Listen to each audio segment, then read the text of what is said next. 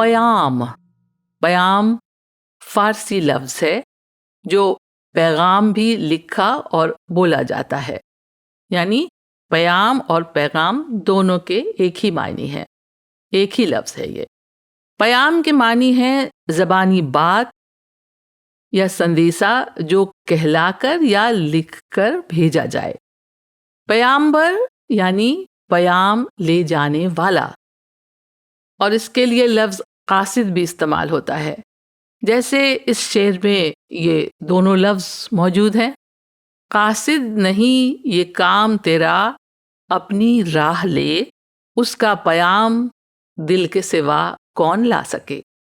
اور اللہ کے بھیجے ہوئے پروفٹس کو بھی پیمبر یا پیغمبر کہا جاتا ہے، کیونکہ وہ خدا کا پیام بندوں کے لیے لاتے ہیں۔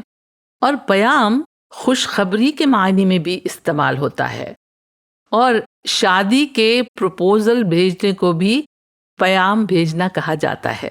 جیسے آپ نے سنا ہوگا، ہماری بیٹی کے لیے کئی پیام آئے ہوئے ہیں، ہم سوچ سمجھ کر فیصلہ کریں گے۔